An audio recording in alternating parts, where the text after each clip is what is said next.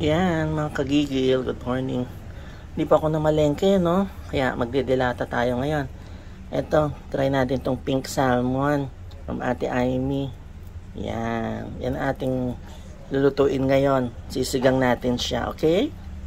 Start na po tayo mag-isa, no?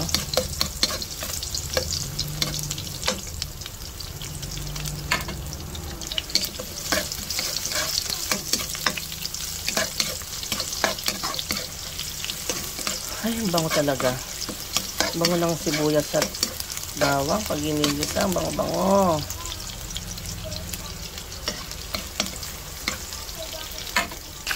Yan, nilagay ko na yung salmon, ano? Salmon. Ang pronunciation niya pala ay salmon. Ganon. Walang L. Daming arte, ano? Yan.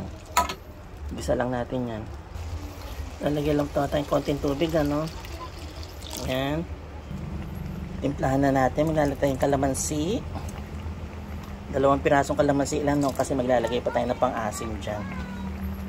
Betsin. Ajinomoto. Ayan. Asin. Ayan. Simmer na lang yan. Yan. Basically, luto na siya, no? Ganyan lang naman kasi. Tikman na natin ang ating sinigang na salmon. Ayan, sarap. Sarap.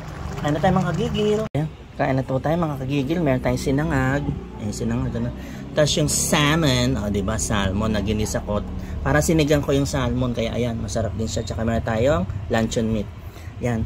Yan to. Simple lang ating ulam ngayong tanghali. Kain na tayo mga kagigil.